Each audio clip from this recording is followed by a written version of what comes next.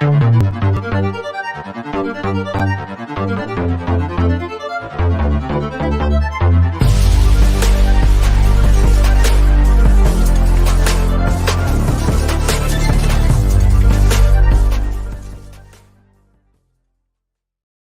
is up? It is Tuesday. You know what time that is, right? It is time to talk some Cardinals football.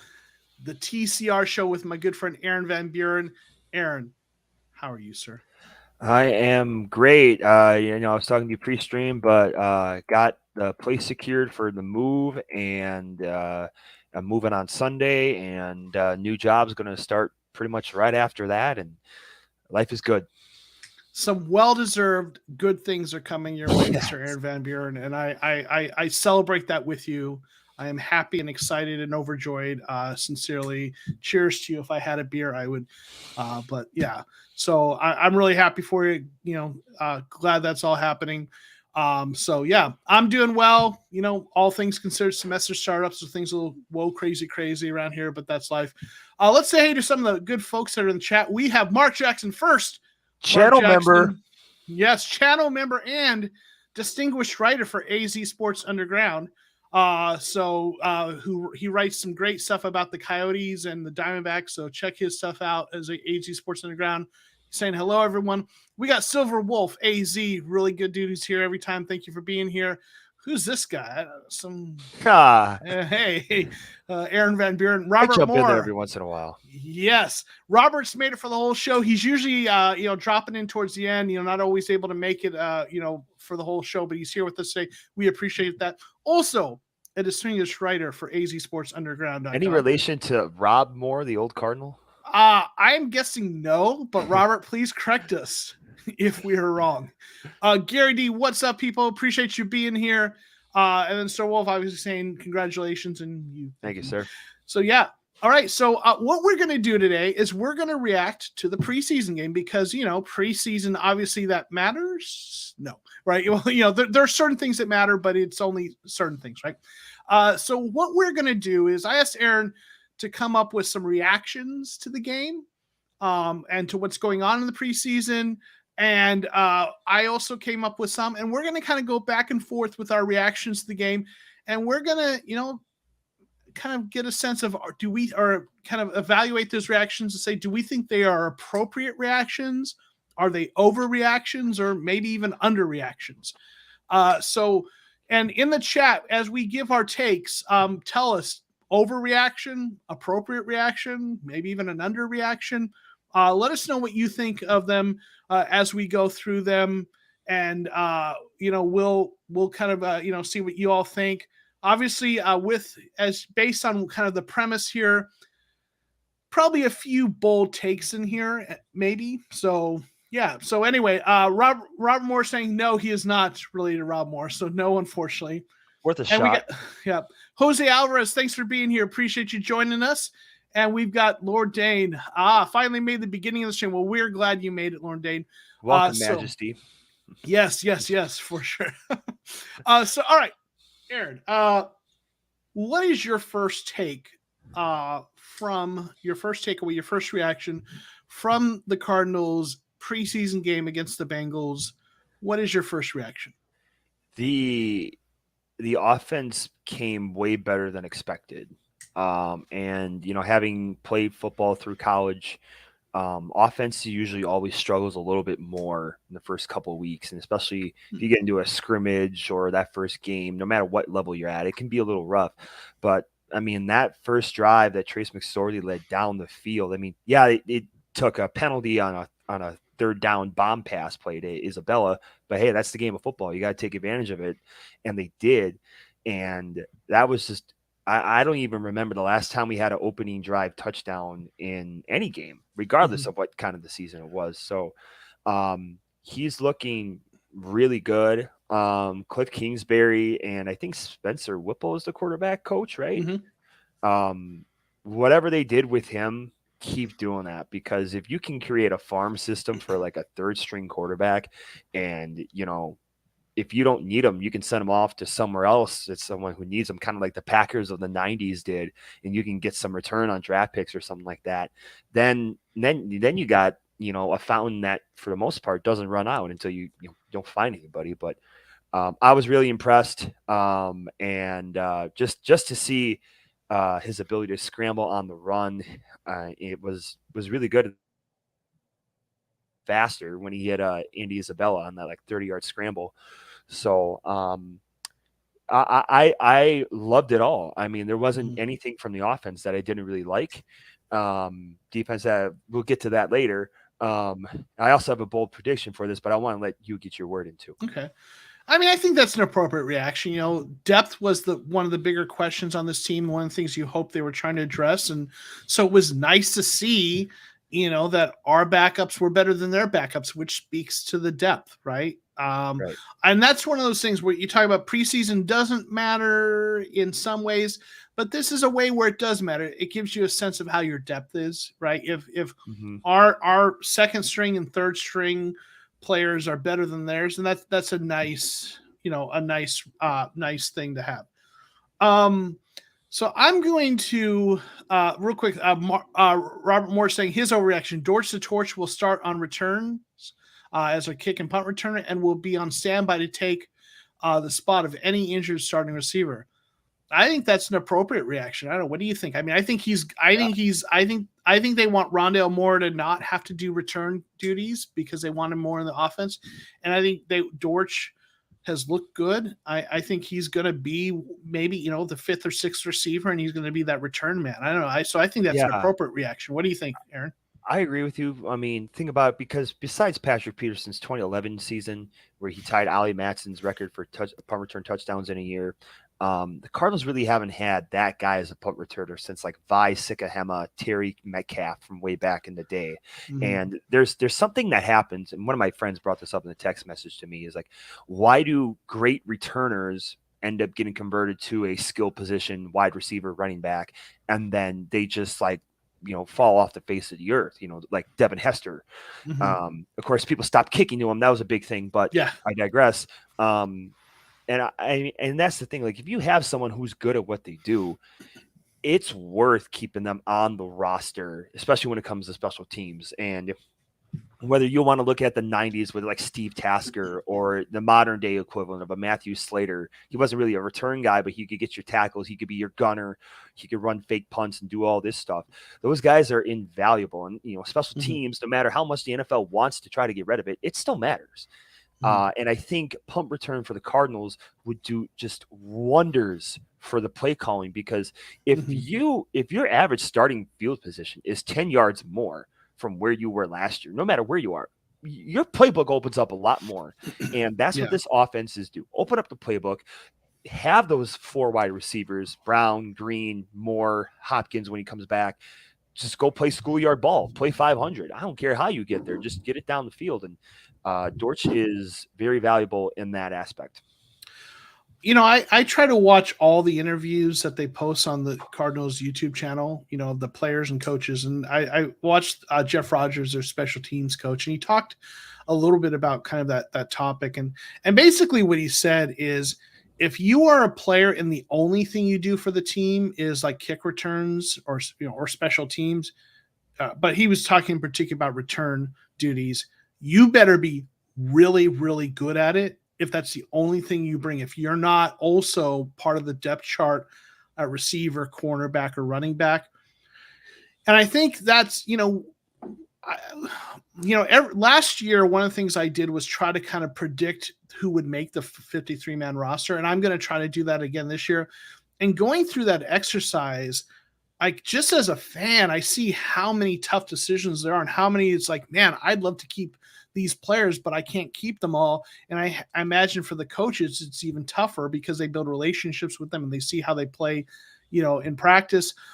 And so it's like, I think there's the reason they when you have a return person, they try to get them playing at cornerback or receiver, is because they have to justify that roster spot. And if the only thing that person does is return duties, again, they better be like a Hall of Fame level return person if they can't at least be the number 5 receiver or the number 4 cornerback. And that's, and I think Dortch, that's one of the things that's going to be in his advantage, that he has been flashing at receiver. and that's why I Right. think this is not an overreaction. I think it's an appropriate reaction because Dortch has looked so good. And I was talking about him looking good last preseason. He only had limited snaps, but he looked good. He looked good in limited snaps in the regular season, and he's looked good this preseason. So I think this is an appropriate reaction. But let me get my first reaction, and then you can tell me if you think it's overreaction, appropriate reaction, underreaction. In fact, it's funny, Lord Dane's comment is actually related. So Lord Dane says, I think Demichelis will make the roster. I think he might have escaped being one of those bubble players. In fact, I'm going to go with a bold take. I think I get it. This is a bold take. So Demichelis is going to be second in sacks for the Cardinals this season behind Marcus Golden. Whoa, I think he's taken a step. Lead the team? Well, who's gonna have more than Marcus Golden? He had double digits last year. What? Marcus Golden is going to lead the team in sacks. He had like 12 last year, and it was a very quiet 12. It was spread out. I thought it was nice, but it wasn't like 5 in one game. But I think Golden's going to be number one. Okay. And number 2 is going to be Demichelis, and they're gonna have a rotation of guys. So I'm not saying it's going to be a ton of sacks. They might have a guy with 4, another guy with 5, another guy with 3, another they might have that kind of thing going on. But I'm going to predict Demichelis is going to be second in the team in sacks. So is that an overreaction, underreaction, appropriate reaction? Thank you, Robert. Golden had a consistent 12. I looked at it was spread out across the season. It wasn't like all one game. So listen, He's got to work on wrapping Golden up the quarterback, though. There were so many times the quarterback was on the scramble or running back where he would just miss the tackles, and I love Golden. I mean, it happens, but last year it got bad. And I just remember getting so infuriated over it. But, he got home 12 times, though. Not everyone does that. He's had 3 double-digit sack seasons in his career. I think he's going to have 4th here. But what do you think? Demichelis, second on the team in sacks. Overreaction in the chat. What do you think? Is that an overreaction or an appropriate reaction? I think I wish I could give it a slight, but if I had to jump, maybe it's I'm going to say it's an overreaction, but it's not a bad one. Okay. I'm not saying any overreaction is bad. Or maybe I just disagree with. I don't know where I'm going with that, but I just don't think he'll be second. I mean, he may be top 5. I just don't know if I could put him at second. So you don't think he'll be second on the team? Okay, correct. Robert Moore agrees with you. He thinks it's an overreaction. Okay. Silver Wolf thinks JJ Watt should be in the mix, assuming he stays healthy. If he's healthy, yeah, I mean he could be there, right? Watt and Golden have over 10. I'd love to that. Mark gives it an appropriate reaction. Real quick, Tommy Huxley, he's a 49ers fan. What jersey is that? Kurt Warner one? That's not a Kurt Warner jersey. No, it's a personalized jersey. My wife and I, for when we got married, we had customized Cardinal jerseys, and then when I was giving a speech, I announced her as my first and only ever draft pick. There you go. See, she's a keeper. I'll try to find a picture. Maybe you can put it up in the chat or something. That'd be awesome. Yeah, if you find that.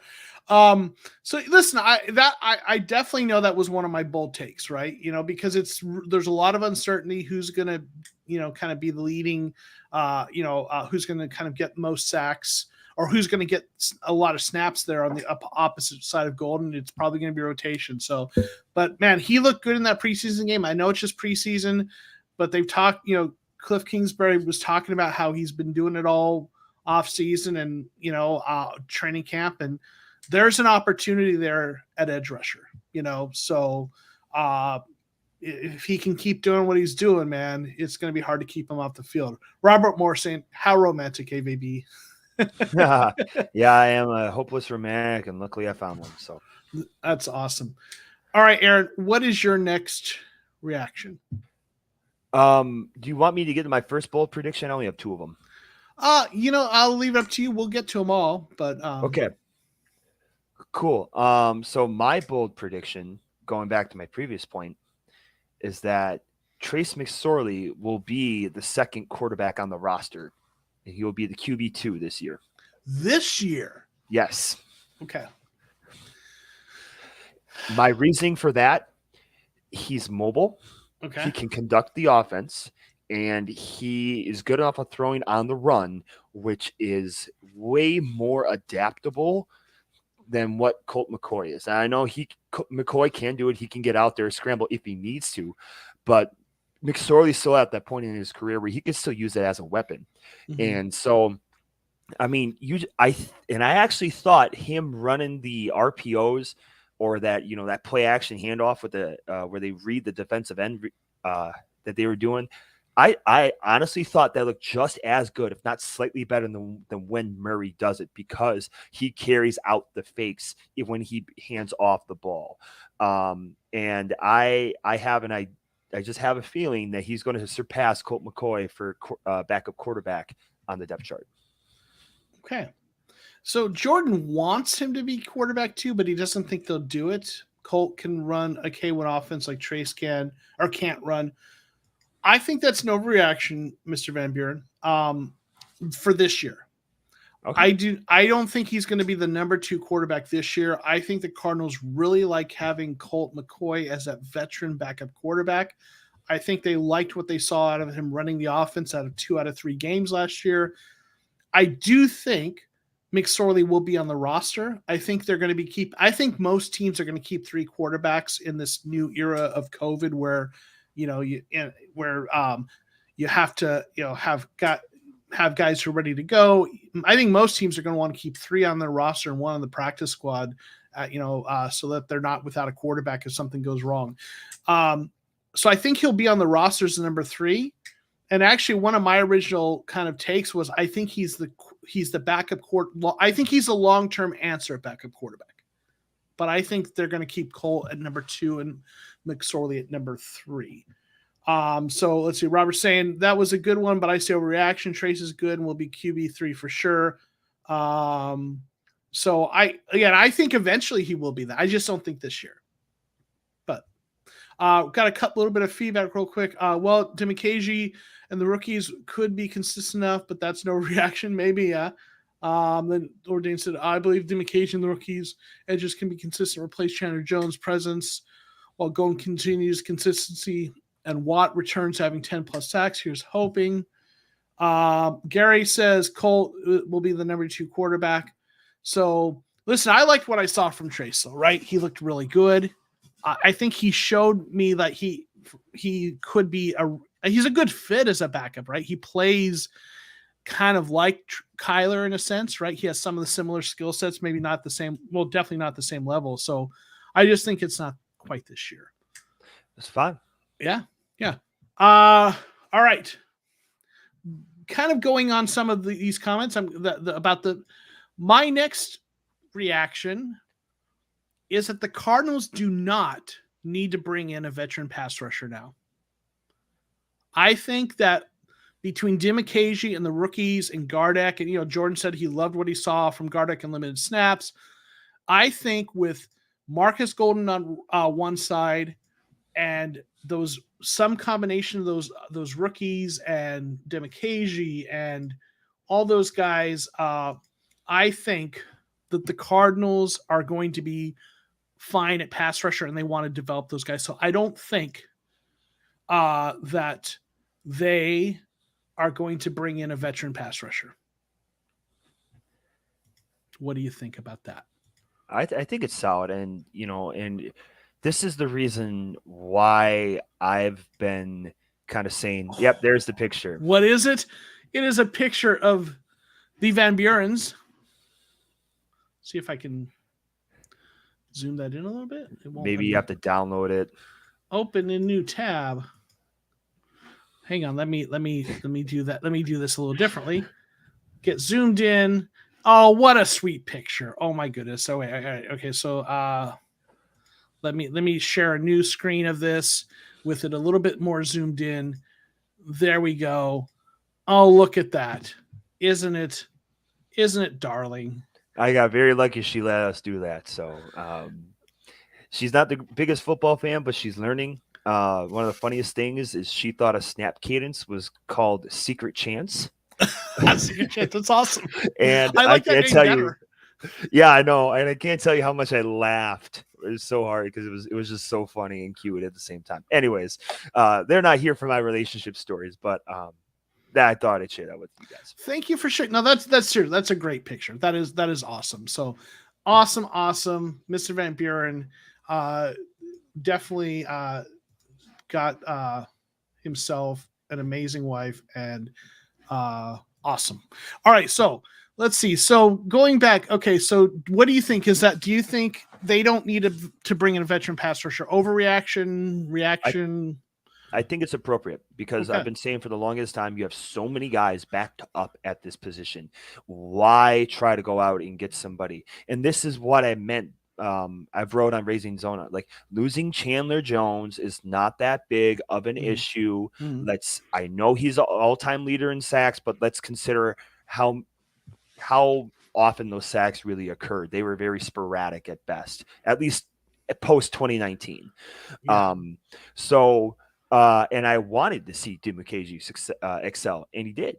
Now the question is, can he keep it up and repeat it? And who else on the defensive line is going to step up? Rashard Lawrence, Michael Dogby. Yeah. You take the pick, but Dimukeji's got he's got his foot in the door to making the roster, and let's hope he does it. Yeah. Jordan P agrees. He thinks that go with what they got because then you can't play those guys if you bring in a vet. Lord Dane agrees they don't need a veteran pass rusher. Robert says appropriate reaction. Gary D is not sure about that. I'm guessing. So, I will say that I've been saying this for a while. The numbers game with the edge rushers is tough. Like, who are you going to cut? Like they already have kind of too many with all those guys. Right? Yes. When you look at how many they've kept. So yeah. What's your next take, Mr. Van Buren? My next take is that the rush defense still has a long way to go. And I know the total yards they allowed was only 62, but 70 of those yards were taken off because of a penalty on the very first play when the Bengals had the ball, and also the Bengals had a rushing touchdown taken off the board. So that's at least like a 10-point swing right there, or even 14 if they score on both drives, and that would have wound up in a 1-point victory for the Bengals. So the Cardinals can't rely on these magical penalties to save them. And the one thing I would have been okay if like you're there and you just get beat. It's one thing to get beat while making or at least contending for it. It's another thing to get completely just washed down on the field and nobody was in the same zip code as Chris Evans, I think running was. Well, I also think that's a movie star, is it not? No, I'm thinking Chris Pratt. I'm not sure. Yeah. One of those two. But I think the Bengals really have a good weapon in that running back Evans, and he took advantage of it. He did his job. Too bad his offensive line just couldn't help him out. So I really still think we need to see more improvement, and we'll see what happens against the Ravens this week because they're traditionally a good running offensive team. But I know Gus Edwards is out. Or at least he was last week. Tyler Linderbaum is dealing with a Liz Frank injury, I think, too. Kind of what Travis Etienne did the last year. So we'll see the test against a good running offense this week. Yeah, it's tough when you're talking about a play taken away because of a penalty, because at the same time, like, would that have been a long run without that hold? So it's a little bit tricky. It's hard to tell. You have to look at it closely. I remember watching that play, but I mean, I do think, and Jordan P saying that Manny Jones looked really good. Need to see more, right? All right, and then a couple other folks, Manny Jones, Christian Ringo, Rashard Lawrence looked great at the D line, and I do think that the defensive line did look good. They made some nice tackles, but I also think we need to keep seeing more from them. Jordan thinks, I think we still need a nose tackle as Fotu and Lawrence keep showing out like they did game one. Also, Manny Jones could be a good backup. He keeps up. I wouldn't mind if they brought in, a veteran nose tackle. They brought in some guys, Antoine Woods, and then they cut him. Kingsley Keke, got cut. I missed that one. Yeah, I believe they released him pretty quickly, if I'm not mistaken, unless I'm wrong. I know Kingsley Keke got released. And so Christian Ringo looked good, but again, these also are against second and third stringers, so we have to keep that in mind. So I thought they looked good, but again, I need to see more and against better competition. So I wouldn't mind if they brought someone in, but I would agree though that that I'm not necessarily feeling like, oh, the run defense is fixed, just because they had one decent game, so I think there's some things to be concerned with, or at least keep an eye on there still. So I think, appropriate reaction right there. I think so. I think that's probably an appropriate reaction. All right. I've got a couple, there's some, got a couple comments up here, so I'm going to bring these comments up and then use them to segue towards my next reaction. So Robert saying overreaction. Christian Matthew becomes the hidden gem at cornerback. He had a PFF grade of 81.4 that game. Solid press man coverage. Snacks saying Matthew looked really good for a rookie cornerback. Hope he gets played more. So my overreaction or reaction, I don't know, maybe it's not an overreaction. My bold reaction. Christian Matthew is going to eventually be a starting cornerback in the NFL. Be huge. If they get a starting cornerback out of a 7th round pick, even if it takes a year or two for that to happen, that'd be huge. So what do you think? Do you think that's an overreaction or appropriate reaction? I know it's one game against backups. What do you think? Christian Matthew, he's got length. He's got the physical tools. He's a little bit old for a rookie, under the radar because he played at, Valdosta State University here in Georgia. People don't really know him, but FCS. But looked good. So what do you think of that? After one game, I'm going to say it's an overreaction because and I don't know if it's just because when we picked them, I was just frustrated that they waited that long to to pick someone. But I think what's happening in the NFL is that you're finding more and more guys on day 3 of the draft that are good role players, even starters. I mean, look at a lot of the offensive linemen around the league. A lot of them are day 3 picks, 5th, 6th, maybe even 7th rounders. So I'm going to go with the overreaction. I want to see more from him before I can commit to that statement.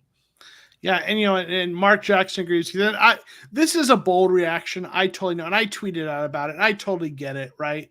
It's a bold reaction. It's early. It's a premature reaction. But if it becomes that, Kyle would deserve a plus, so I totally get it's premature. It's backups. He's got a lot of work to do. But when I look at him, the traits are there. He's got the athleticism. He's long. And I did in the video I did about the preseason game reaction. His like measurable comps is like Richard Sherman, physical tools wise, like in terms of his size, in terms of his pre-draft measurables. Richard Sherman is the guy that he most is comparable to.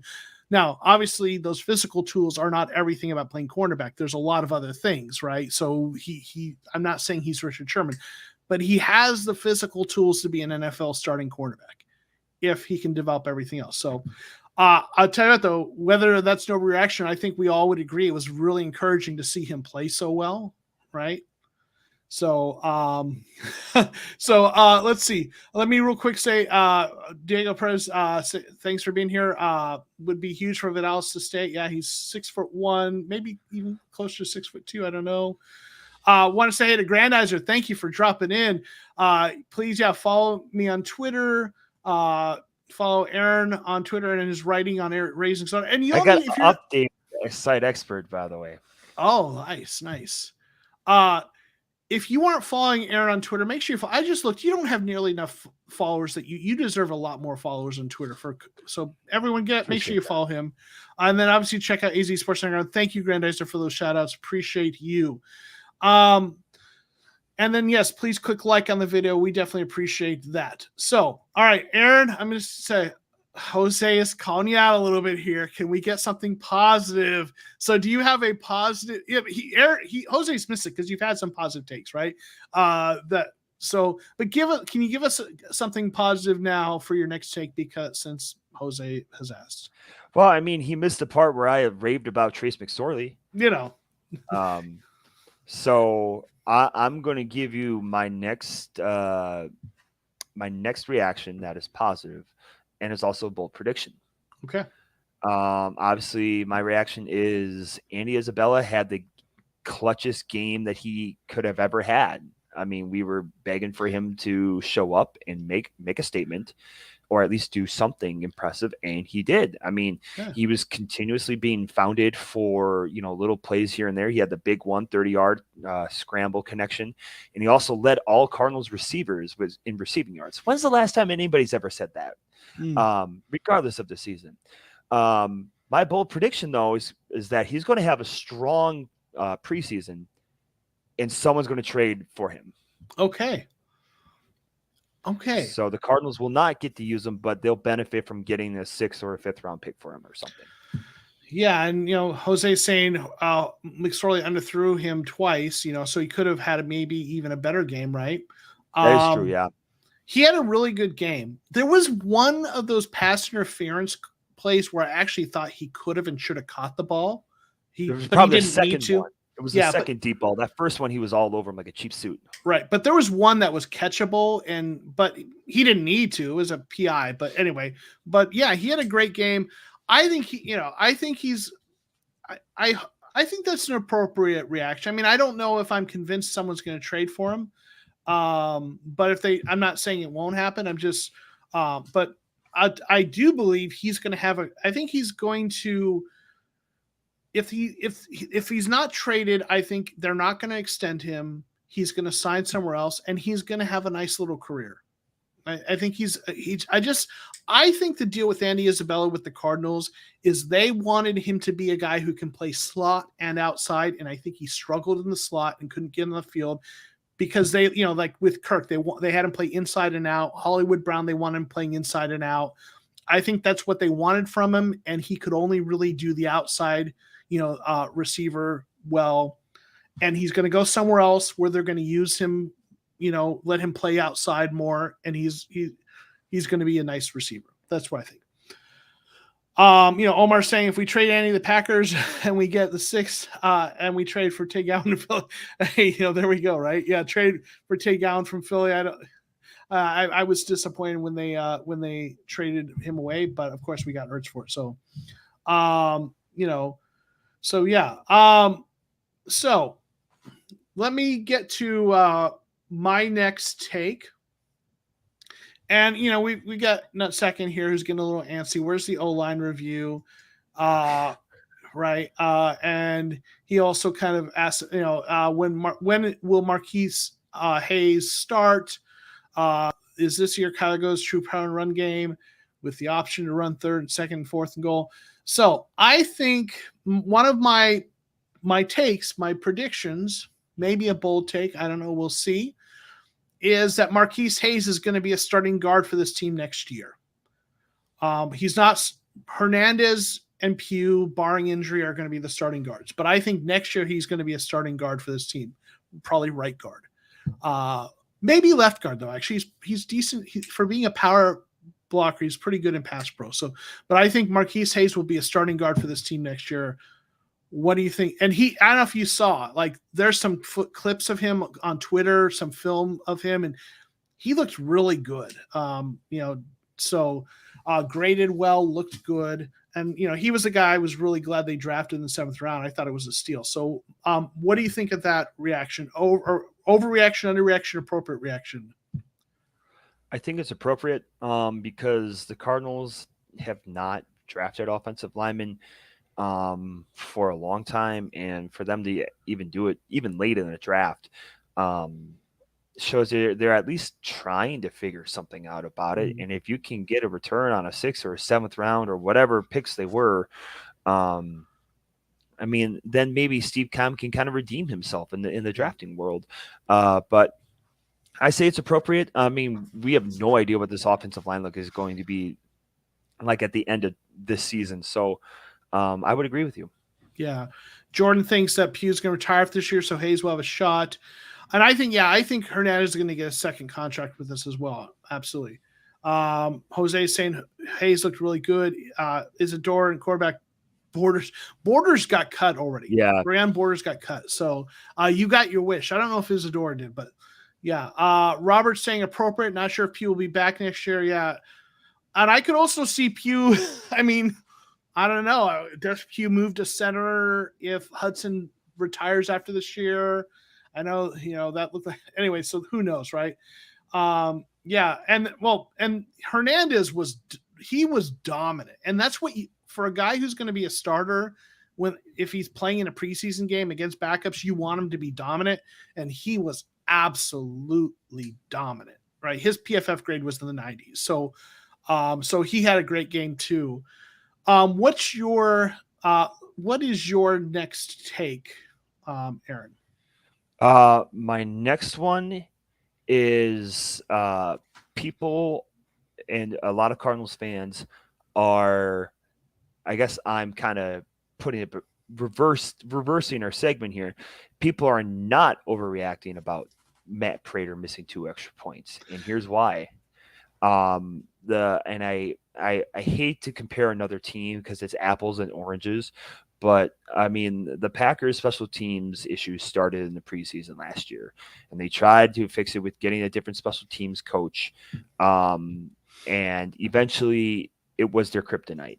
And I'm not saying because yes, Dortch had that, big punt return, 55 yards in the third quarter, but up until that point, I mean, minus the punt returns, everything kind of just stunk. Kickoff coverage, punt coverage, kicking extra points. And I know it's the first preseason game, so we can't get too up and about it. 1, okay. 2 is kind of like, do we need to start bringing in people because we cannot miss, kicks. I mean, I think it was the Christmas Day game with against the Colts. Prater missed like 3 kicks, did he not? Or at least 2. Yeah, he had a pretty rough game. Yeah. And we lost that game by 6 points. I mean, if he only misses 1, we go to overtime, and who knows what happens. So I love Prater. I'm happy that we have him, but I think people are correct. Underreacting to the missed kicks? Yes. Okay. I think that's fair. I mean, last year he missed some, and people he had a baby, and their long snapper, they had a different long snapper and all those things, and people kind of gave him a pass because of those things. But sometimes kickers just lose it, like it ends sometimes for them for whatever reason, right? He's been so consistent for so long, so you hope that isn't the case. But I mean, that's fair. I mean, hopefully it isn't a problem, but McPherson's presence made Prater nervous. Maybe, I don't know. So we'll see, right? He definitely, yeah. Why are you scaring us with that AVB? Don't bring that bad juju here. Yeah, I don't shoot the messenger. You watched the game. Yeah. Real quick, let me say hey to a couple folks who are here. If I missed you, I apologize. Let's see. I know that we had Jose Yoma. Thank you for being here. Punt return instead of wide receiver worries me. And then I know Brian jumped in here. Elawan, appreciate you being here, fellas. Sorry I'm late. Work called me in. Best day of the week in session for sure. Thanks for jumping in on that Twitter chat the other night. Yeah, for sure. I know he's been real active on Twitter, so appreciate that. So if I and then the Walker, thanks for being here. This Sunday's game will be a field goal duel, Prater versus Tucker. It's gonna be interesting. Real quick, Omar asked, what if we sign JC Treader like 3 in case Hudson retires? Here's the deal, like it's not like the deal with signing players, it's a two-way thing. The player needs to want to go there, and I don't think Treader wants to go anywhere he isn't going to be starting.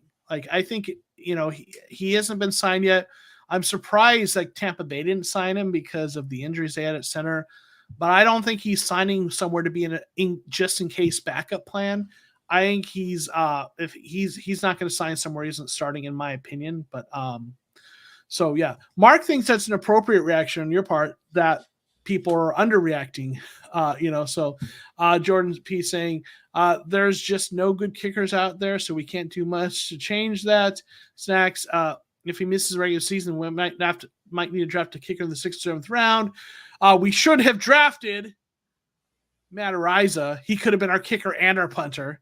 Seriously. And he could have been anything else you needed him to be, because he is, a God's gift to earth, Matt Ariza. We held a prayer circle, Aaron, a prayer circle, right?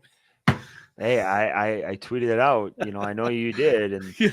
and then he boots pretty much an 82-yarder, which was only like 11 yards off the NFL record or something. So yeah. Our thoughts on Matt Ariza. I mean, what are your thoughts on Matt Ariza booting that crazy, crazy punt? Instant Hall of Famer. You mean your first punt's 82 yards in a preseason game? And especially up there in Buffalo, when you get the win, that dude will coffin corner a 99-yard punt. I swear. I've got one thing to say to you, Mr. Rambian. That's an underreaction on your part. Instant Hall of Famer. You need to name every stadium after him. Anyone who is here for Mock Draft Mondays understands, if you know, you know. Matt Ariza was the official draft pick of Mock Draft Mondays this last year. Yeah, every single one. Yeah, right. So yeah, you should have made T-shirts. Do you want to talk about our Lord and Savior Matt Ariza? Yeah, can I talk to you about our Lord and Savior Matt Ariza? So yeah, right. I know. All right, so okay, you just gave a reaction, right? So yes. I'm going to give another reaction. And some people have been talking about cornerbacks, and I agree. We need to bring in another cornerback, a veteran cornerback. I think they're going to do it a little when we get closer to the season. But my reaction is, I'm a little worried about Marco Wilson. He didn't look good against backups. You want to see a guy who's supposed to start for you dominate against backups. I'm a little worried about Marco Wilson. What do you think, Aaron? I was also kind of, 3-letter acronyming when just seeing some of the stuff that happened, because, they're young players, and I've never played corner, and, that's one of the hardest positions to play in the NFL. But I would have thought, against someone who was kind of a little more closer to his NFL experience and talent, that he would have fared a little better.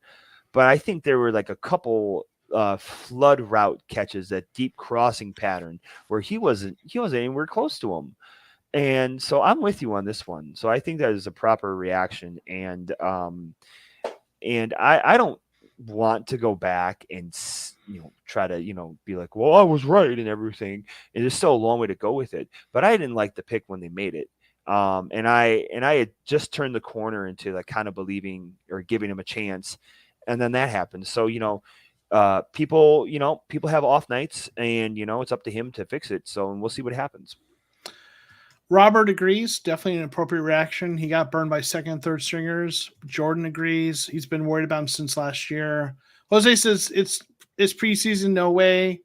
I said his cover skills made me want to throw my shoes. Yeah. Yeah, really, right?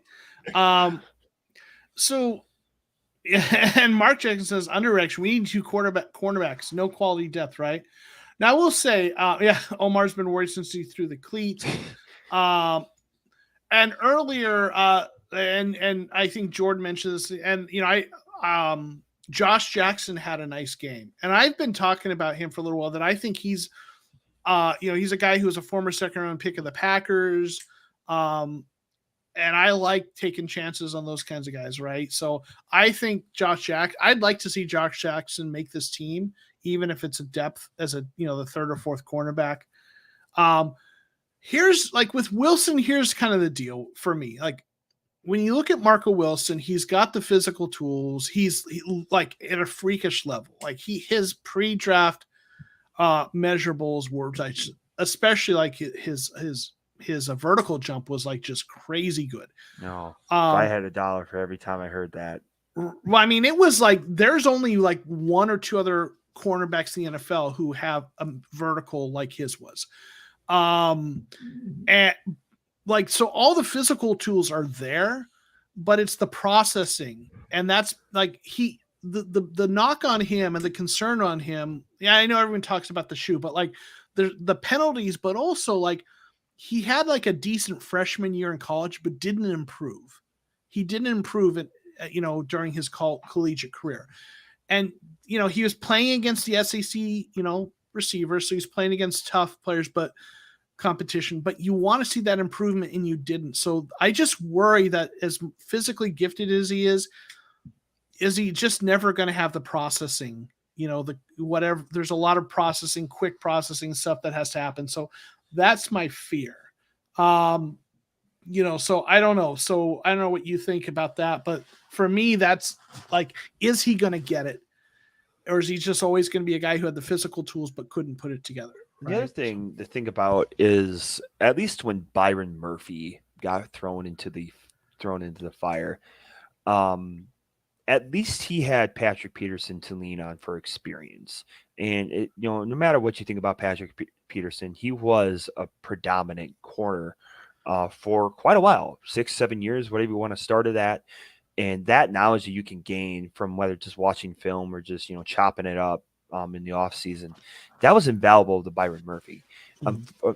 Murphy isn't at that same level as Peterson is, and I think Murphy has a long way to go. I just don't know if there's some sort of like wily veteran who can help him out.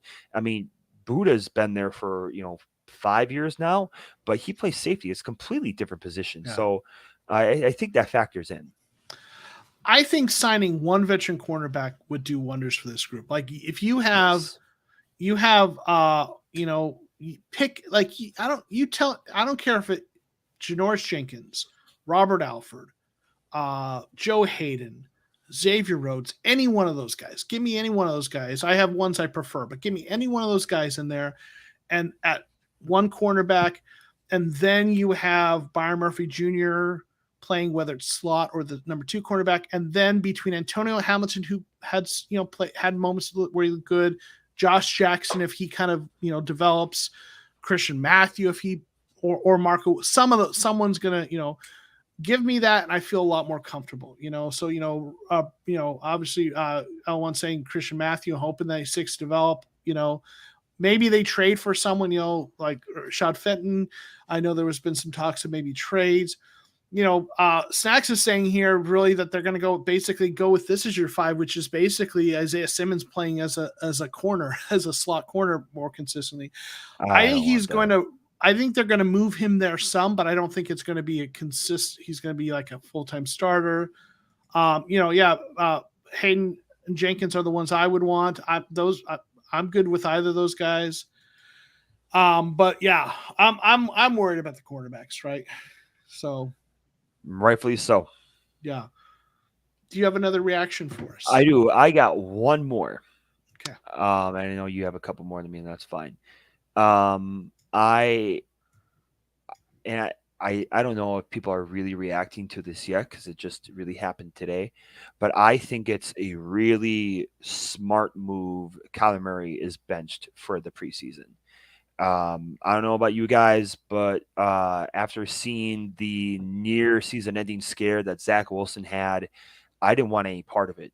And I know I haven't been the most I've been really critical of Murray, but I know at this point he is the quarterback for the next 5, 6 years, 7 years, whatever it is. And so we have to protect him at all costs. And ever since the preseason got shortened down, I mean, this was bound to happen for a lot of teams. But just we've seen the Cardinals lose very important games the last 3 years because Murray's had some sort of injury that's either taken him out of games or hampered his performance. 2019, he had, I think it was an ankle or a shoulder, and I was at the game in Seattle, the big Kenyon Drake game, where Chandler Jones had 4 sacks, that Brett Hundley came in and won. 2020, it was something else, and that was the Chris Streveler thing. And then last year, the Cardinals go 2-1 without him, but if they would have beat the Panthers with Murray there, would we still have had the NFC West? I don't know. The Yeah. thing is, Kyler Murray cannot miss a single game, and that's a lot of pressure on anybody to show up 100% for their job. And some things are just out of your control. But this is one of the things that I think Cliff Kingsbury is doing right. He's keeping the quarterback and the $200 million investment healthy, so that way when we hit the ground running in week 1 against the Chiefs, we got a fighter's chance to go win it all. So let's do it. So Robert thinks it's an appropriate reaction, definitely appropriate reaction. Jalen Burr is pointing out 2019 hamstring, Thank you. 2020 high ankle sprain, 2020 high ankle sprain. So I think I completely agree. That is absolutely appropriate. Keep him healthy. Yes, him not playing in the preseason, maybe it's gonna make it a little slower for him to kind of whatever get it up to speed in the regular season. But I think he's been in this office long enough. Right. He knows what he's doing. I want to keep him healthy. Right. And that was my thing. Sorry, I just want to interject you real quick because last year I was like pounding the table for him to play, and then he plays against the Chiefs and he only plays like one drive and he had like maybe like single digit yards. But it just goes to show you that for your starters, unless they really need it, like someone who's new to the team, Will Hernandez or insert whoever, they don't really need to play in the preseason. Yeah. Gary agrees with you. Smart move. Elawan agrees. Saying the haters and naysayers are saying it's a bad thing. K1 isn't playing preseason. They're saying he's not going to develop the chemistry with the group and shows lack of leadership by not playing. But anyone who says it doesn't understand, like every players get it. They understand that there are different rules for quarterbacks. That's why during practice quarterbacks wear different jersey. And you see it all the time if you ever watch like Hard Knocks or anything like that. If someone accidentally hits a quarterback, they get yelled at. And if you are a borderline player, you get cut. Right? Yeah. Right. So I assure you, there is no one on that team that is looking at Kyler sitting and saying, "What's up with that?" Like they get it because those rules for quarterbacks, it's always kind of been like that, right? So no one questions sitting the quarterback like that. Right. And it's also like, I mean, and this is as bad as or as poor as this sounds, this is what having a franchise quarterback is like for the rest of the league. I mean, Packers fans, Patriots fans, or whoever else you want to go through, everybody else has been through this. This is brand new for us. Murray got the richest contract in team history. So let's just all remember that as we go forward. It's like all of a sudden we've got a Ferrari and we're not sure what to do with it. Like, it's a great analogy. I'm used to driving my old Pinto or whatever, my piece of crap car. And all of a sudden, What do I do with my Gremlin? How do I take care of this thing? Right. Absolutely. So bench football decision, right? Yeah. I think I agree. I'm going to give my last kind of reaction, and I think this one might be a little polarizing. And then we'll get there's some reactions in the comments, and if you all want to, I've got a couple of them that I'm getting to. If you've got reactions you want us to talk about as overreactions or whatever, get them in the comments. We'll try to hit some of those before we get out of here. My last reaction, I'm not worried about saving Collins. I know he had kind of a nondescript game. He graded reasonably well, low 70s. It's against backups. So that's still, so it's not like that could be concerning. I would have liked to have seen him pop, but I think he's going to play. I think he's going to play a lot. He might make some mistakes, but they're going to throw him in the water, let him learn how to swim, and I think he's going to be fine by the time the season ends. I'm not worried about him. I've seen enough from him last year when he did play that he's a different athlete than Jordan Hicks, and he's got the tools. Yeah, he's got to get some things worked out, but he just needs the reps. He'll be fine. It might be a little sloppy early on, but the tools are there. I'm not worried about him. What do you think? I'm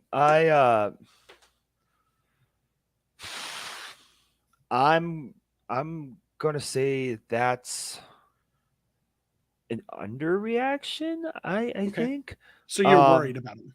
I still am. And you made a good point that he just needs reps. And that is very that hits the nail on the head. And I want to see, what we saw in that preseason game against the Cowboys last year. I mean, that first drive or first snap, he goes in and blows up the running back, whoever it was. Like, I want to see if he can do that consistently. He doesn't need to make it every game, but just be there making tackles and not making our run defense look like Swiss cheese. I I want him to succeed because I would hate for him to end up in the infamous list of Steve Keim draft picks that didn't work out, which is rather long. And I still have a ways to go. Okay. Robert thinks he just needs more snap. Jordan P agrees. He's built as a 3-4 linebacker. I think he'll be fine. Jalen Blair says Zaven only played 18 snaps and the ball didn't really come his way to make a splash play.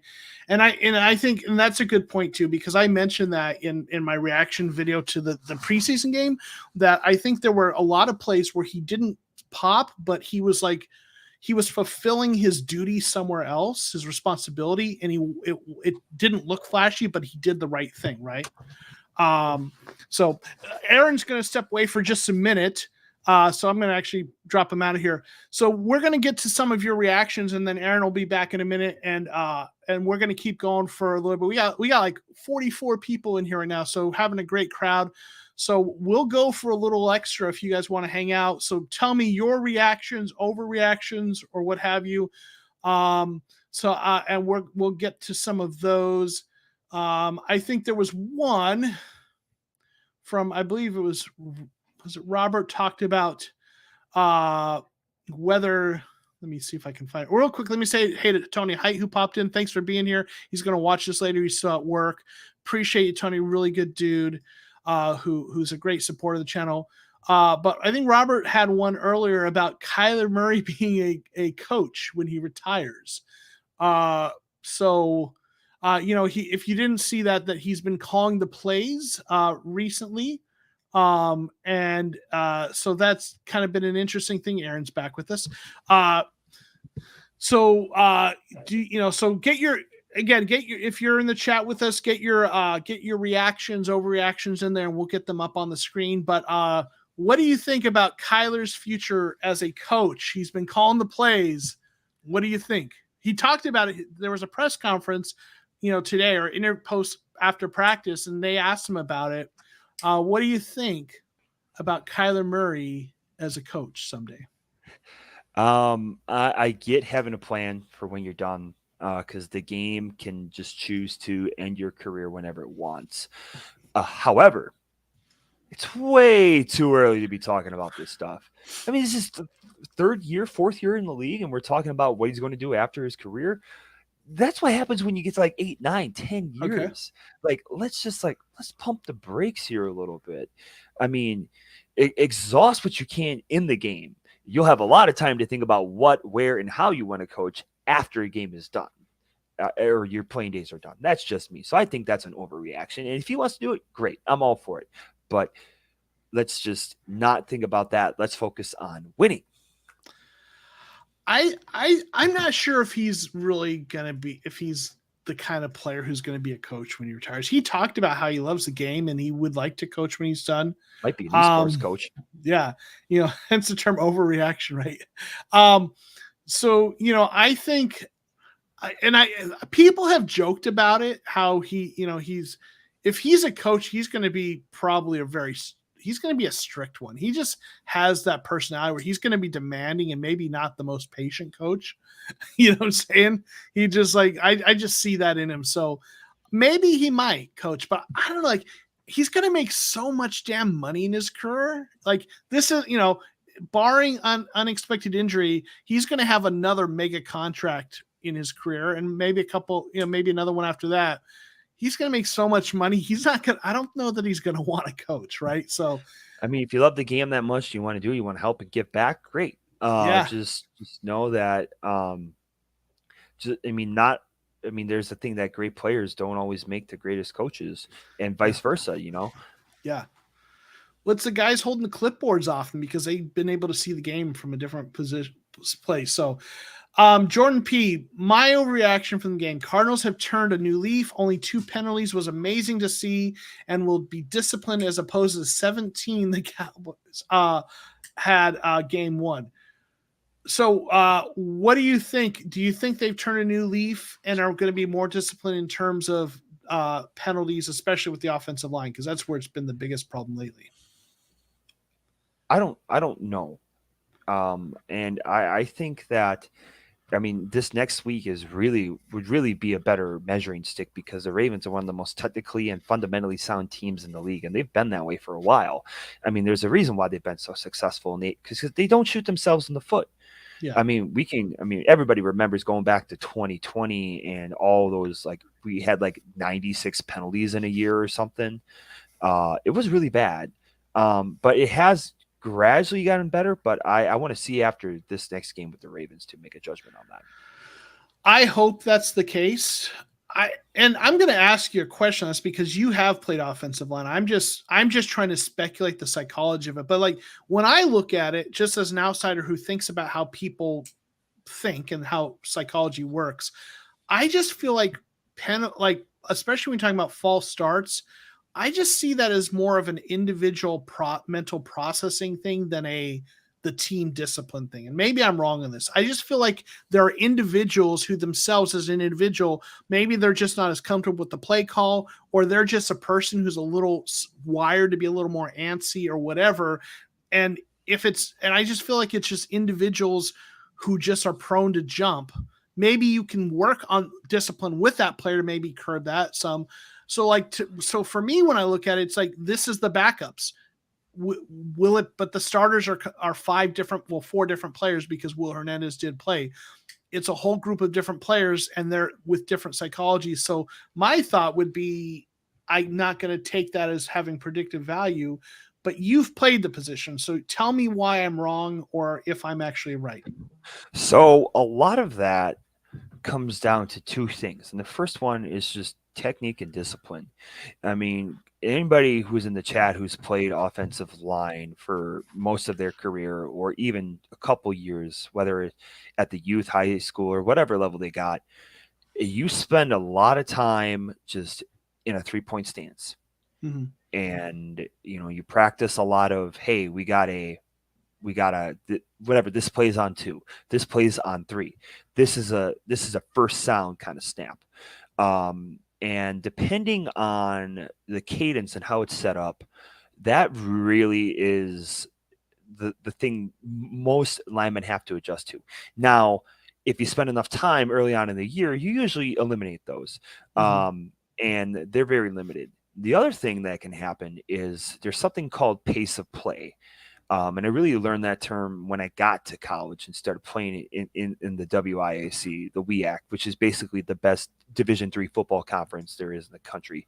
Granted, I didn't play much, but I still learned a lot and got to play against some of the superior talent in Division III. And basically, the pace of play is, what is my guy across from me? How is he getting off the ball? What angle is he taking, in basically studying how he's really going at you in the game. Because if you're a left tackle and that defensive end or even a blitzer is screaming, then you're going to have to get up on your high horse in your kick set and find the angle too. Now, some guys are really good at timing up the snap so that way they can just get even just a 1/10 of a second head start. But you really have to master that, and it's so individualistic. And plus, in the NFL, those guys are hearing so many things, and it's so loud in games that I never played. My college only had stands on one side of the field, and I guess the biggest environment I ever played in was in a road game at South Dakota State, where there was like 20,000 people there. But it's really just a matter of discipline and knowing. The other thing too that happens is it may be so loud at some points, you're just reacting off of the defensive lineman, especially being a left tackle for as long as I was. You may not be able to even hear it, and you're only about 7 feet away from the center. Right. So those are all what kind of goes into that. And I hope that answers your question. I think so. So it sounds like it's maybe a little more of an individual level thing, but there's some things you can do technique wise to help make it less common. Does that sound right? Yes, and there's also ways that the offense can be set up to give you some help. So if someone's struggling with that, and like, let's for God forbid DJ Humphries is having trouble with Nick Bosa, and they'll bring in Trey McBride or Zach Ertz to give him a chip, so that way Humphries has a chance to sort out the rushers and the stunts, and that way set and keep that blindside protection for Murray. And that's another thing that needs to happen with this offense too. Going 4 or 5 wide empty sets and not having some sort of rub, a low route, or even a chip shot somewhere has kind of hindered this offense in the past couple of ways. But I'd like that you ask that question because it's something that a lot of people wonder. Yeah, let me say hey to a couple of folks. Got Jay Joyce in the house, who is part of the He's on Fire podcast. I joined them last week, and they are part of the AZ Sports Underground family. And Evan Barley, who Coach Evan B, who's part of that, writes for us at AZ Sports Underground. So thanks for dropping by, Jay. I enjoyed hanging out with you guys on your podcast last week. So thank you for being here. Mark saying having to head out. So got great stream, guys. Have to go read azsportsunderground.com. Yes, thank you for that shout out. Want to say hey to Lance, who just dropped in. Thank you for being here. Appreciate you, Mr. Lance. And then we got Simon, who's here. Weren't they playing Jones the left side? He's kind of part of someone asked about Josh Jones, so he's part of the conversation. But so I want to say thanks for being here, Simon. But as far as Josh Jones, weren't they playing Jones on the left side last pregame? Thought he was right tackle. Guy's been playing all across the line. No wonder he found his footing. And someone mentioned earlier that he's been getting cooked by Majai in camp. But someone asked thoughts on Josh Jones. Now, Josh Jones was a left tackle in college for Houston. They want him to be their swing tackle this year. And I think they project he will be the right tackle when Kelvin Beachum moves on or retires. I think this last year of Kelvin Beachum's contract, I think they intend to let Kelvin Beachum kind of, walk after this year, and they want Josh Jones to be the right tackle. So is he, he's a tackle who they played at guard last year and struggled. He has played better when he has been a tackle, when he's played tackle, because that's his natural position. Last year they played him at guard because just that philosophy of get your 5 best players on the field, and they had some issues at guard. Pugh was decent, but the rest of the guards struggled. So as bad as Josh Jones was, they figured he was one of their 5 best offensive linemen. So what are your thoughts on Josh Jones, Mr. Van Buren? Well, when you get asked to play 2 positions on opposite sides of the line, it is tough. I mean, I'm not going to lie. I found out once I got to college that I was playing in a right-handed stance and playing left tackle. So, I managed to get to college doing that, but I couldn't do it much longer. And so being able to, one, drill yourself into being ambidextrous with your legs is really hard. I mean, if you guys want to look up how to go do a pass set technique and you try to work that kick set with that back foot, one side is going to be more smoother than the other, and it's usually your dominant hand side. And so for me, it's been a while since I played, and I recently just went out and tried to do a couple of left-handed pass sets, and they were not as smooth as my right ones. And it really comes down to how much can you practice and get your technique down, and it's really hard in the NFL because this is the pinnacle of athletes. Yeah. And if you were historically a left tackle, you're going to feel so much more comfortable, not only in your body, but your mind and seeing things and, just your sense of space. So if they play him at left tackle and he's better there, then let's do that. I mean, maybe we can find some sort of right tackle that's floating around in free agency or trade for one and develop him under there. They extended DJ Humphries, so they're not going to do that. They paid him big money. So whether it's the best thing to do or not, I think his future with this team is right tackle, and he's got to have to adjust to it. I don't think they're going to move Humphreys to right tackle, although I think he could play there. But yeah, but he's definitely better tackle than guard. We got an overreaction here. Kyler will throw 40 touchdowns with these weapons. What do you think about that? I think that's an underreaction. I think Okay. he's going to hit that. I think he'll be the first quarterback in Cardinals history to hit over 40. I think Warner got close with 37 or 38. Palmer did too. I don't think anybody's ever gone over 40. Yeah, if he can play 17 games, he'll do it. And I think, do I think he's going to be healthy? I think he'll be healthy. I think he might get a little banged up, but I think I'm praying, knocking on wood.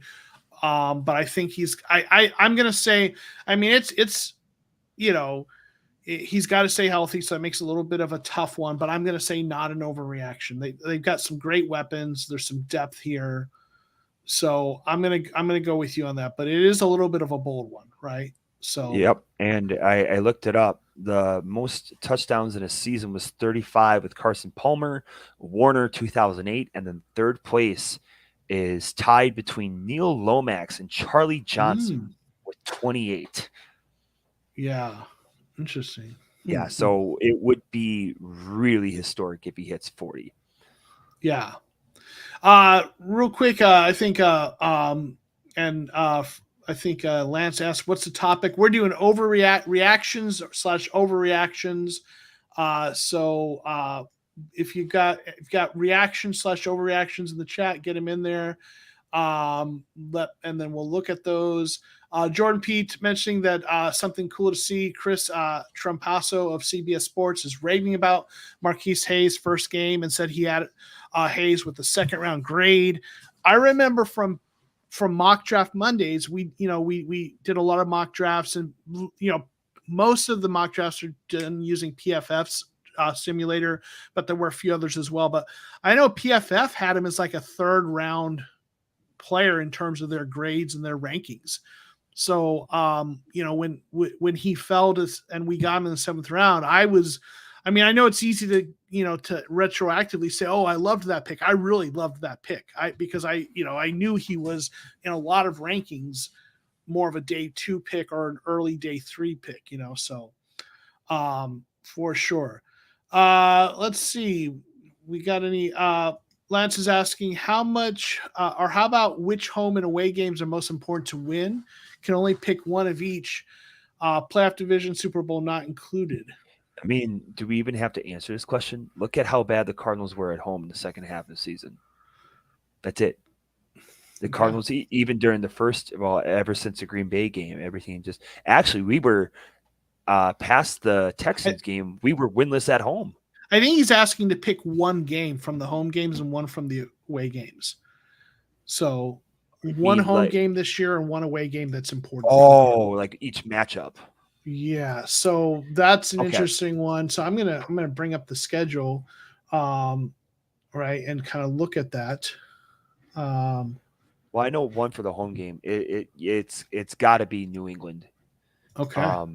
Because if Cliff Kingsbury is going to have the adaptive mind that he needs to, going against somebody who can play, mental gymnastics while using the force, it's Bill Belichick.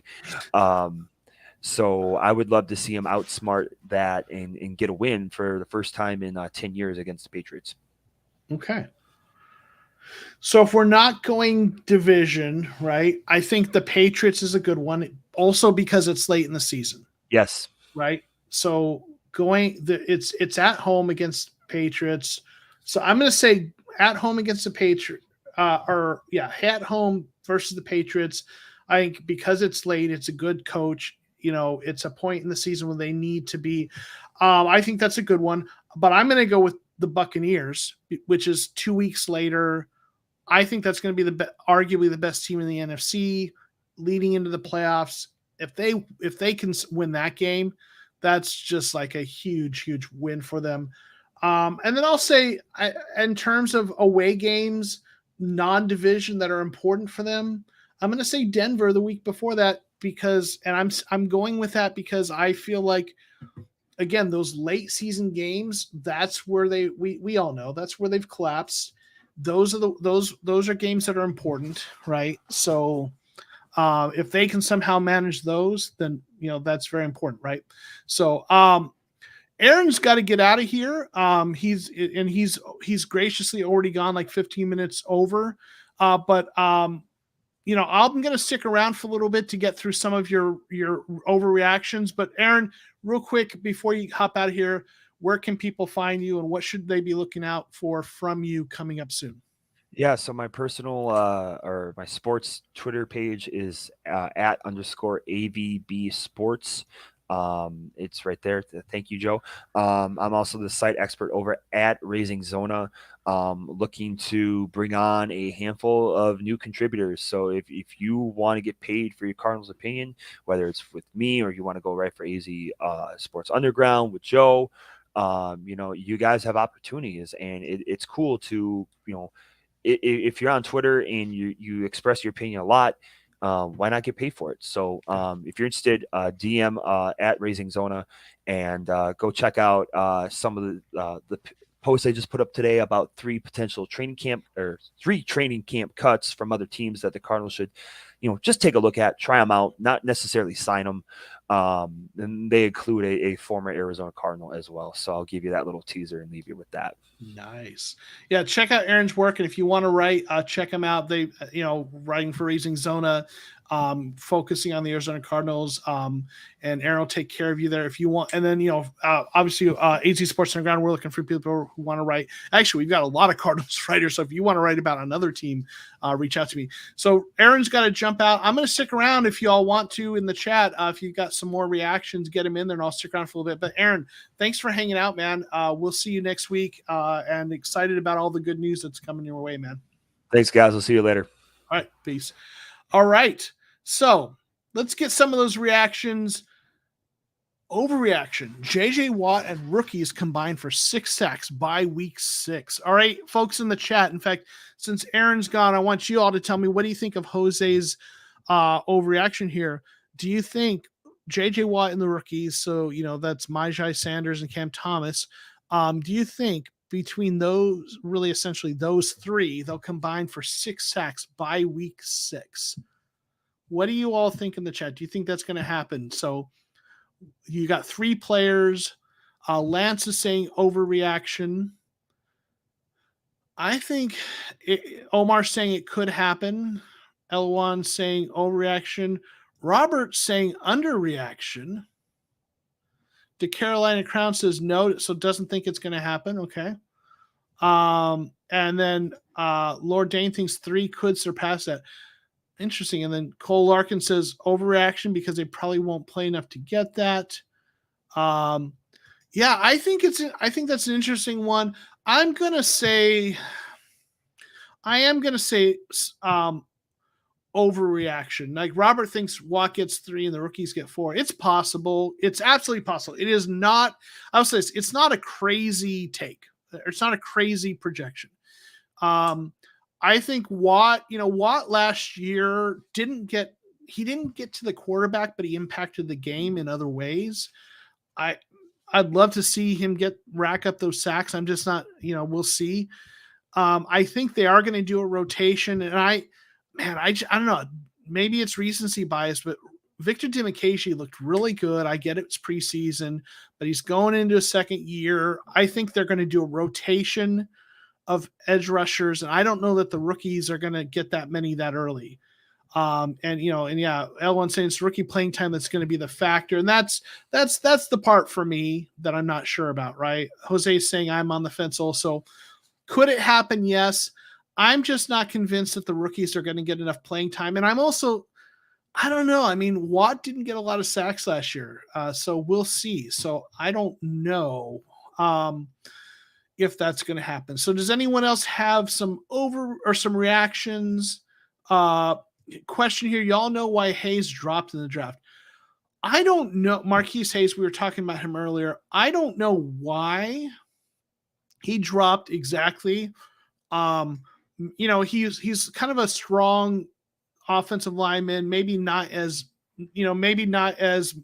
much of a mobile kind of offensive lineman.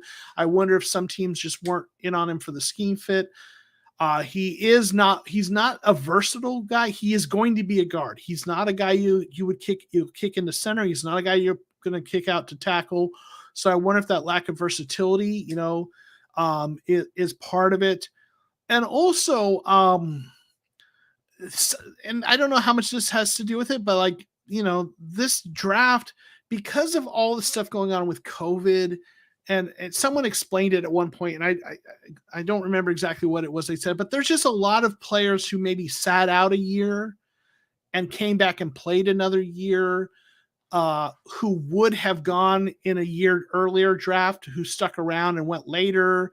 There's just a lot of that resulted in, they described this draft as being deep in the middle rounds and late rounds. Like day 2 and 3, they said were deep like that.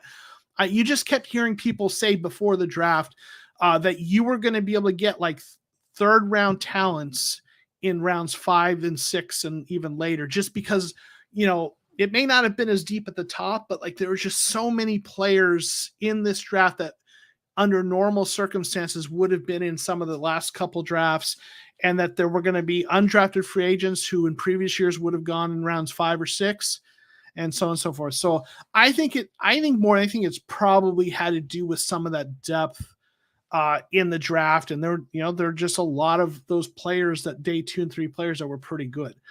So that's kind of my thoughts. Let's see. So Diego's going to the Christmas game. Hope we win this one. Awesome. Enjoy that for sure. I think that's going to be a good game. Let's see. Overreaction. Okay. Oh, that we're talking about the rookies. All right, here we go. Lance, bring in the heat. AJ Green goes over 1,000 yards this season. Over under 2017 AJ Green again. So what do you all think? Do you think it's an overreaction that AJ Green would get 1,000 yards this year? What do you all think? Overreaction or underreaction about AJ Green getting going over 1,000 yards this season? I've got my opinion, but I'd like to see what you all think before I kind of. Okay, so Elawan, Brian's thinking too many balls go around Green, will be around 800, so he's saying it's a little bit of an overreaction. Carolina crowd saying overreaction. All right. Might even be around 650 now thinking about it. Okay. Yeah, here's what's interesting to me about that one. From the outside, I look at it and I think, man, Hollywood Brown, obviously when he's back, DeAndre Hopkins, those are the studs, the top 2 receivers. And then Rondale Moore is going to take a cut out of that. And then Zach Ertz and AJ Green feels like the odd man out. But every time I feel like there's a guy who I think is the odd man out, it seems like the Cardinals really kind of like that guy, and have a role for him. So I don't know. So I do think it's an overreaction. I don't think he'll get 1,000 yards. I think, because especially when Hopkins back, there's just so many mouths to feed with Ertz and Hollywood Brown. So I think it's an overreaction. But I think he's going to be. I think his targets are going to be impactful, right? So it's possible, obviously, especially if someone gets injury. But unless injury to Hop again, right? But I'd say it's an overreaction. Robert thinks it's a slight overreaction, say in the 900s. Jordan thinks overreaction. Ron will be a much bigger factor. So I think there's just so many mouths to feed. So I think that's probably an overreaction. But yeah. So, Lord Dane, I could see if I say overreaction, say 700, 1,100 yards, right? Yeah. And again, but this is a good problem to have, right? All those receivers, right?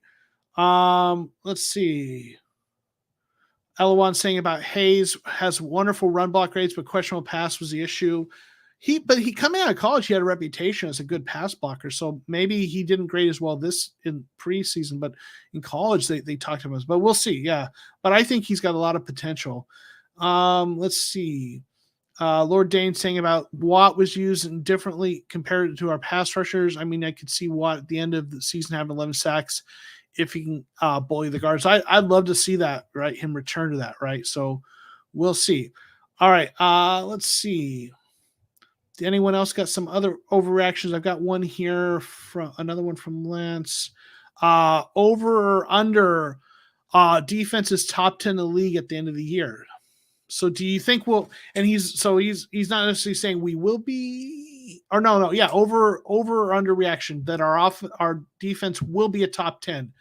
So what do you all think? Do you think our defense will be a top 10 defense when it's all said and done? Is that an overreaction?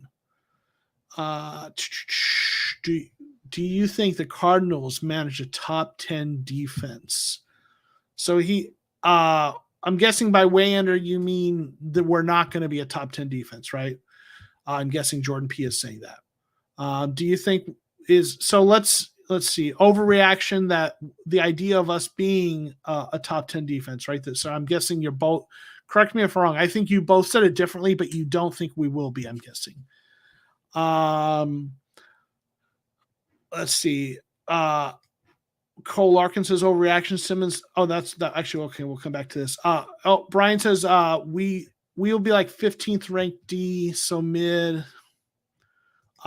Silver says if Robert Alford comes back, right, we will be. But Carolina Crown says our overreaction because our secondary is suspect.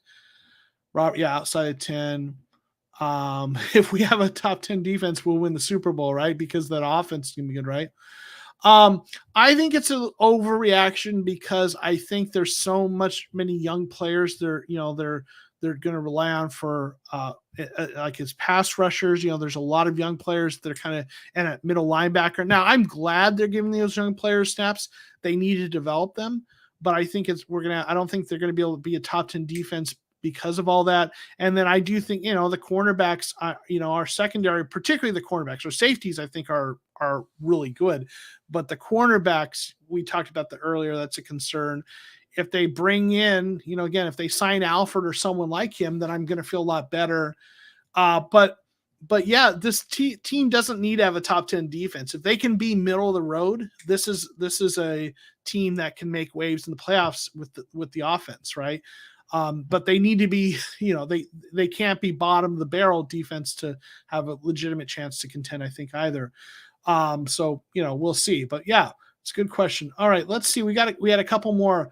Overreaction. Watt stays healthy and produces all season. Cardinals extend him. So what do you guys think about that?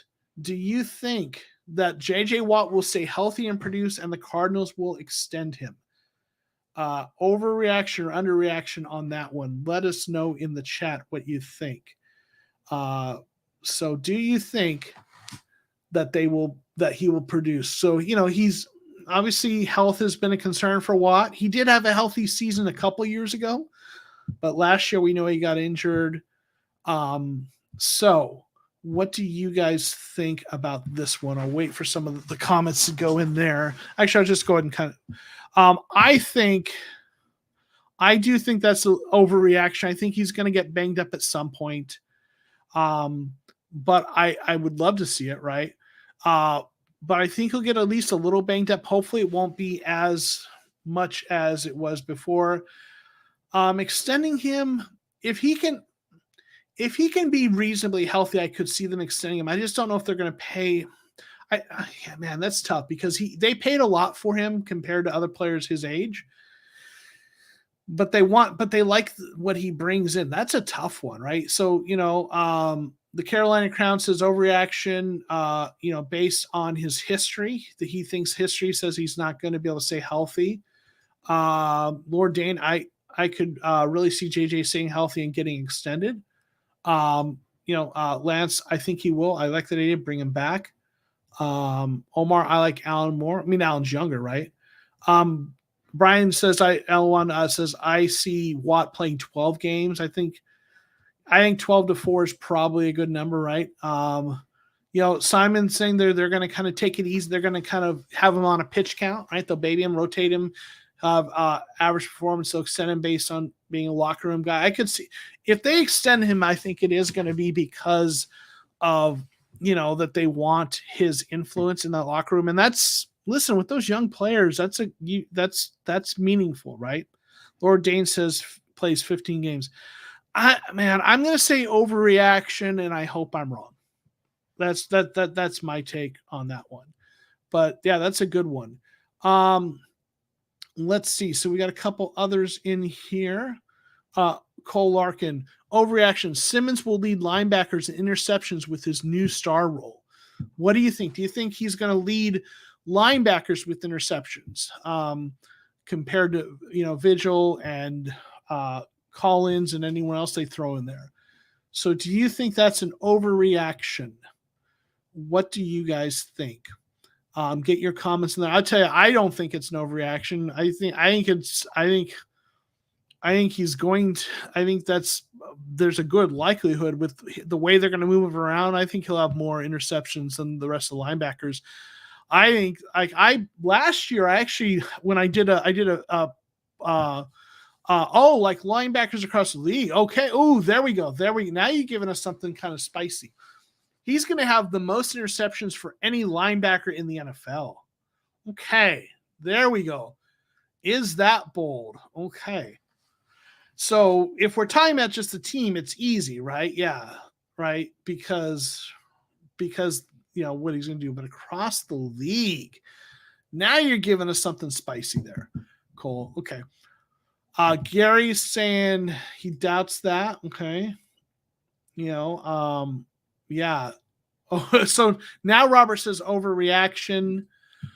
That's a tough one because he still could. I mean, but anytime you're betting and you're betting against the field, then the field usually has the advantage. So I'm gonna say overreaction, but I mean it could happen, right? Sorry. Vigil will have more womp womp, right? Yeah, Class Nasty thinks this is interesting, right? Yeah. So Lord Dane, I could say he'd be top 10 league, but if he is, then he would be a defensive player of the year candidate. Yeah. Lance, I think this is kind of where I'm at too. It's such a chance thing. I'll take that bet, not an overreaction, right? He's got the talent, right? He's going to be in the role. So it's not a crazy thing to say he could do that. It's just, like I said, anytime you're betting against the field, I mean, who would, you look at what's his name for the Cowboys who had 13 sacks and you thought of him as an inside linebacker, right? Chandler Parsons or whatever his name is, or not Chandler, that's a basketball player. But Parsons, right? The linebacker. And then he had the 13 sacks and he was drafted as inside line. Fluke things happen like that. But so overreaction. But I'll tell you though, I like how you're thinking. And it's not a crazy thought. It's just when you're going against the field, that's tough, right? Okay. So we talked about this earlier, Brian, but thanks for, but let's revisit this and thanks for being here. Is being worried about those missed extra points by Matt Prater an overreaction? So, I think it's not an overreaction. What do you all in the chat think? I know we talked about this earlier with Aaron brought that up. But do you think it's an overreaction to be worried about those missed extra points by Prater? What do you all think in the chat? I think it's not an overreaction. Yeah, Micah Parsons is the name I was trying to think of. Thank you, Omar. So what do you all think? So you think it's an overreaction to be worried about those? Okay. Omar thinks it's an overreaction to be worried about those mixed extra kicks. Lance says don't worry about it. Okay. All right. Nope, not worried. Cole Larkin. Okay, cool. So most folks that I'm seeing aren't worried about it. Okay, let's get so let's get another one in here. Jordan P. Dennis Gardeck and Myjai Sanders will have more sacks than Chandler Jones. Do you mean this year, Jordan, or than he had last year? Do you so this year we don't know what he's going to. He had 12 last year, I think it was.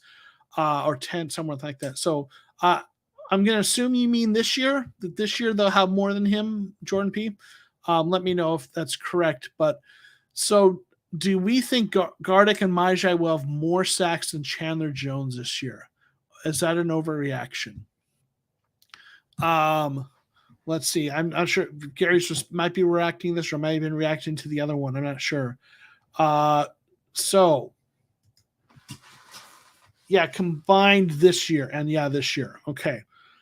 So do you think that Gardeck and Sanders will have more sacks this year than Chandler Jones has this year? I think that's an overreaction, is my opinion.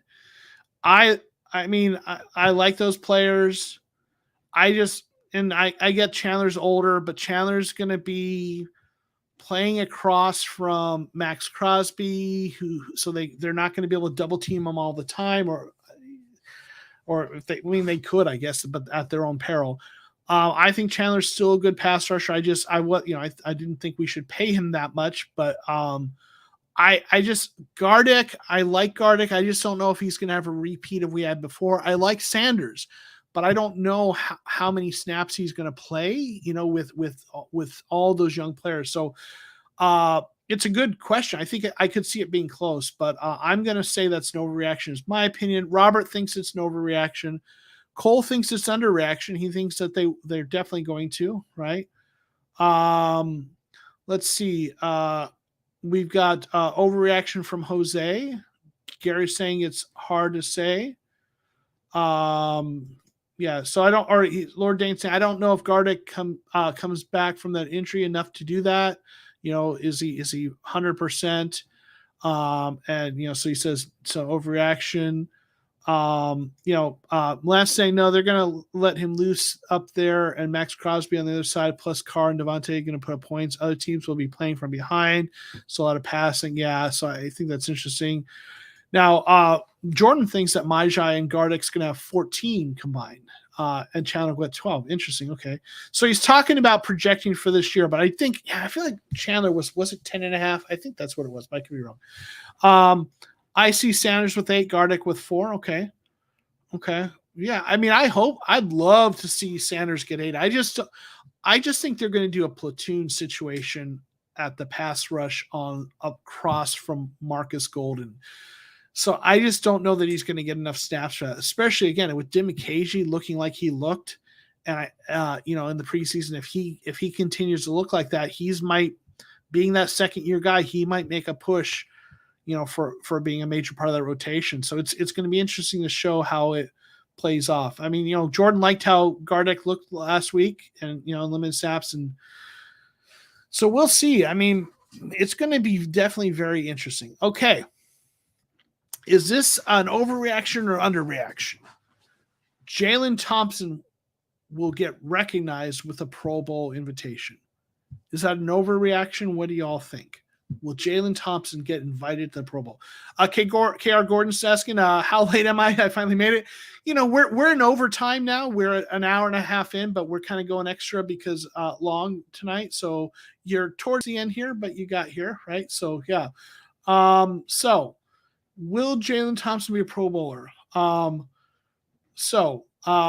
thinks it's a little bit of an overreaction. Excuse me.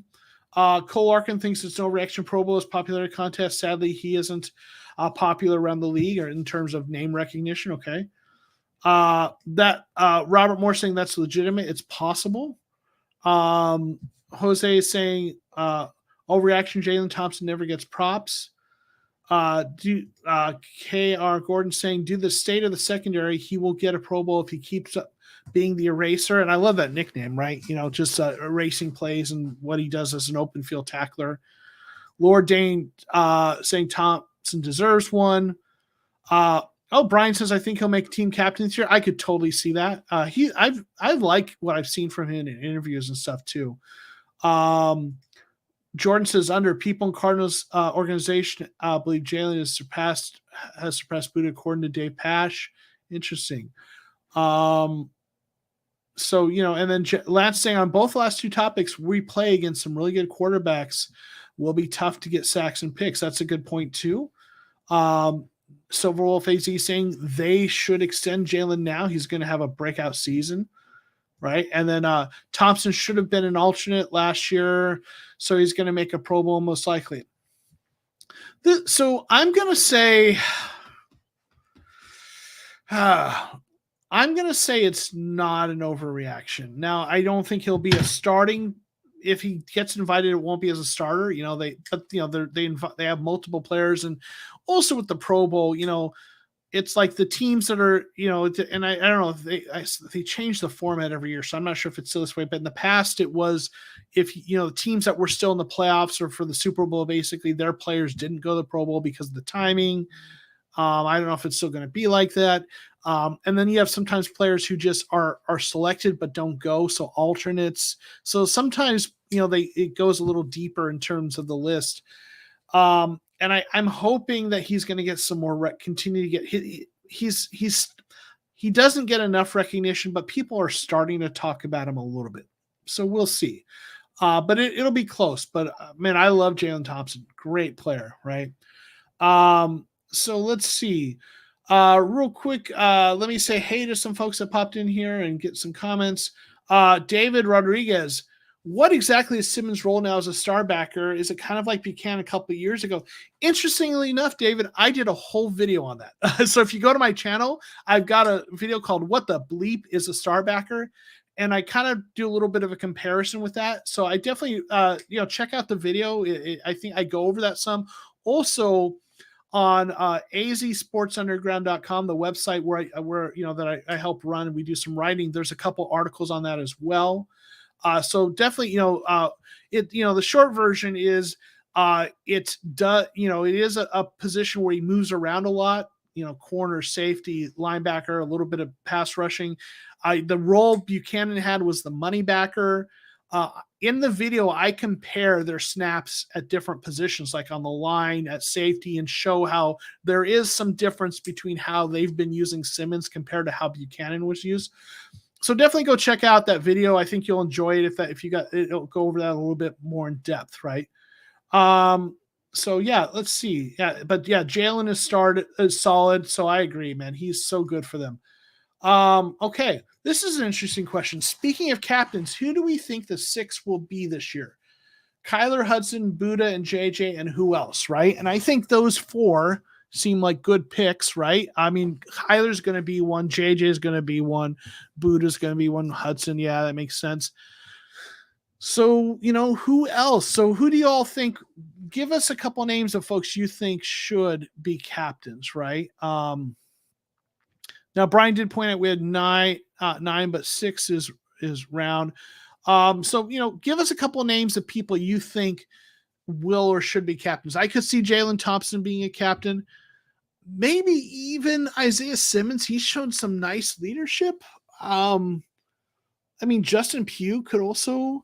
Hopkins. Hopkins you would think, but I just wonder what's with that suspension if he's not going to be voted a captain. I don't know. But yeah, and thank you for dropping that link in there, Grandizer. Yeah, there's the video that I referenced. I appreciate you doing that. Junkyard Dog, man, Golden. Yeah, I could see Golden. Man, Golden could be a captain. I love me some Golden. James Conner, Matt Prater. Yeah, those are good picks. I think, people you hear Connor's name a lot from some of the younger players talking about his influence.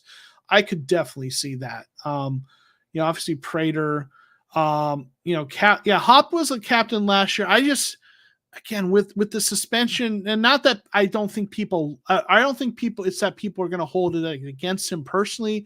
I just wonder if he won't get the votes because he's going to be missing that time and they want to vote for someone who's going to be there. Byron as a wild card could be. DJ Humphreys, I think he's been a captain before, if I'm not mistaken. Gardeck, he's been a captain. I think I could definitely see that. Listen, should Hopkins, in terms of, I love Hopkins, great player, and I think he's a good teammate. And so when I say I think that I'm not sure if they'll vote him, again, it's not because I think he's not a good teammate all of a sudden. I just have to wonder if the players are going to, just because of the fact that he's going to be gone for the 6 games, but they might not vote for him, but maybe I'm wrong. I don't know. So we talked about this earlier, and most people are not worried about the extra kicks, but I am, right? So yeah, I'm a little worried, but I'm not going to overreact to it, right? there we go. Yeah, Humphreys has been a captain for the last 2 years, so he's a lock too. Probably Jalen Thompson takes Hicks' spot. I could totally see that. There's some good leadership on this team. I think they've got a good locker room. I've mentioned this before, and I encourage if you like to kind of get insights on the team, I try to watch every video that they put on their YouTube channel of the Cardinals, from interviews after practice. Today I watched one with Greg Dortch and Jonathan Ward and a couple others, and they sometimes have the coaches, and I just love watching those because you get insights. And man, every interview I've seen, just they seem like a lot of good dudes, a lot of good leaders. So so anyway, I digress. But yeah, if there was, let's see, Lord Dane saying if there's 3 captains for offense and defense, it's Kyler, Hudson, someone else. For defense, JJ, Buda, Jalen, and Simmons. Okay, gotcha. Let's see. English Gator says we're built to win. We have great locker room. It's all up to Cliff. I mean, they got to kind of keep it going, right? Yeah. All right. Overreaction. Cameron Thomas will have 8.5 sacks this season. What do you all think? 8.5 sacks for Cameron Thomas, the rookie. Overreaction or underreaction here from Omar? What do you all think? I'm going to tell you, I think it's an overreaction. I like Cameron Thomas. I think he's going to be a good player for them. He hasn't been as impressive as Myjai Sanders has been thus far. And that's fine. Rookies need time to develop. I like his long-term potential, but with so many young players, I think he's going to kind of be working to get some snaps and, get on the field. He'll get in there some, but I don't think he's going to play enough to get that many sacks his rookie year. But I mean, I think, in a couple of years, I think he'll be a starter who gets those kinds of numbers, but I just don't think this year. Right. So I wish I could say legitimate, but overreaction. Cole Larkin, overreaction. Classy Nasty, underreaction. Okay. Let's see. Kate Gordon, overreaction. Yeah, we need to see more Sunday in the next preseason game. However, Victor D is solid. Overreaction. Thomas gets 4 max. Sanders will have 8+. Okay. Yeah, I mean, if one of them, the rookies, is going to have 8, I would say Sanders. He's the twitchier. And he's been ahead of Thomas thus far. Overreaction. Thomas too inconsistent right now, maybe as he grows, but not at the moment. Yeah, so I think there seems like a pretty good consensus overreaction. But listen, I like Thomas. I like his future. But yeah, so Thomas, Lord Dane saying, I'm guessing 5.5 sacks on Myjai having 5 because they would be both be rotating between each other at the outside linebacker spot, with Thomas maybe being DN. So yeah, like Thomas might end up getting more snaps because they might play him at that kind of DN position, like with Allen and where Watt plays some. So he might end up getting more snaps. So that's a good point there. So let's see. Okay, Jordan P. And if I'm missing yours, I apologize. I'm trying to catch some of these in here. I know I'm probably not catching everyone. Over or under reaction, McBride will surpass Max on the depth chart by the end of the year. That's spicy. So do you think, is that an overreaction that Trey McBride will surpass Max Williams on the depth chart by the end of the year? Rookie, right? What do you all think about that one? I think someone also, maybe it's not as spicy. It'd be really spicy if you were saying Ertz, but still become the number 2, right? Maybe it's, yeah. I mean, well, he might start at the beginning of the year because Max might not be completely ready to go. So maybe that's not right. Simon's saying underreaction, right? Let's see. McBride, he think, Lord Dan says McBride will. Cole saying underreaction. Lance says if he hasn't already. Okay. Let's see. And K.R. Gordon saying, I want to see that kid in game. I think he could. He has a talent and potential. Love Max, but I think Trey has a lot of upside. So, okay. Max is healthy and practicing. I don't know if they were playing tomorrow. I don't know that if the season started tomorrow, I don't think I don't know if he'd be playing yet. So I'm not sure that he would be playing it, but I don't know. But I don't think he's quite fully healthy, ready to go. Let me say hey to a couple folks that just jumped in the chat. We got underscore. Is it me or Zeke Turner has been playing more linebacker than before? I remember only as a special teamer. Yeah, I observed that too. And I think the reason, in fact, Cliff talked about him during one of the press conferences saying, that he started out in the league as really just a special teamer, but he likes what he's seen from his linebacker. He has been playing more.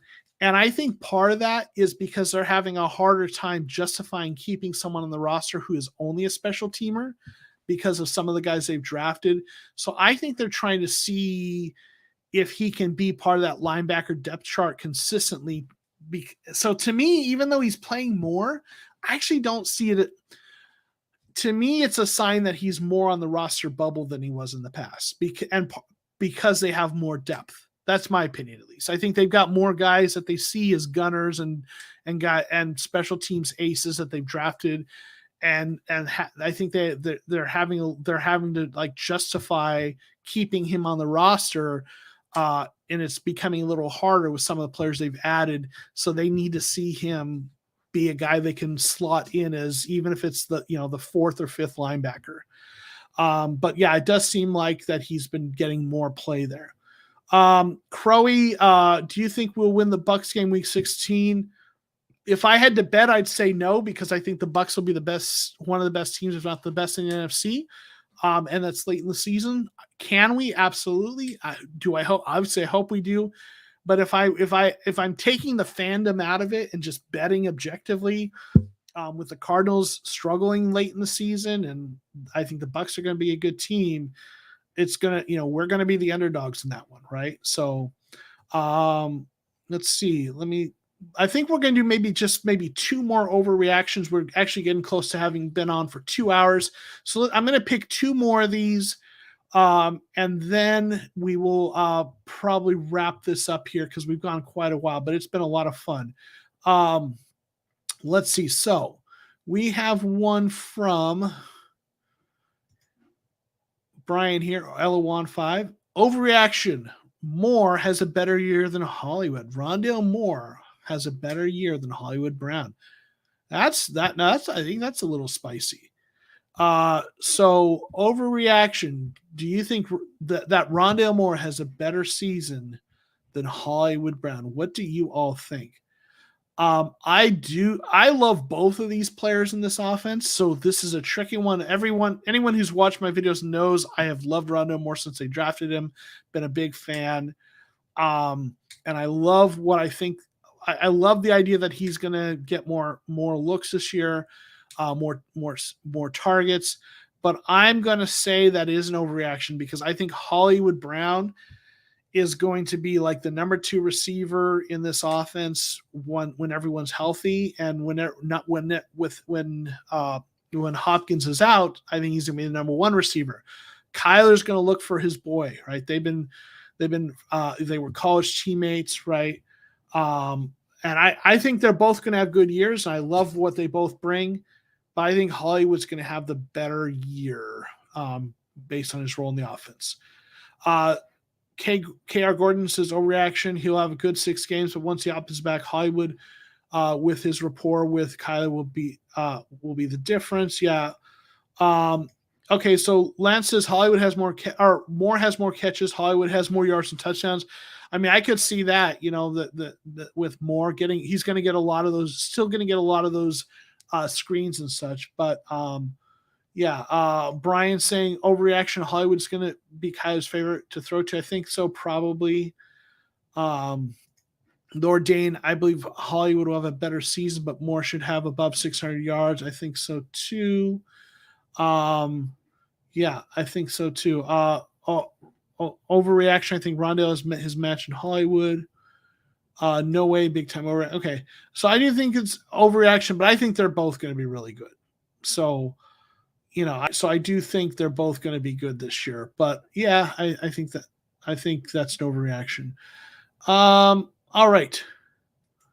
Okay, let's end on this one. Lord Dane, overreaction. JJ Watt goes for 50 plus pressures while having about 7 sacks. So that's a lot of pressures. Like, let's see. Looking at I'm gonna go look at PFF player grades by position, edge rushers, edge defenders. Actually, I need to get into the premium stats, their advanced ones. So I'm going to look at that real quick, but by position.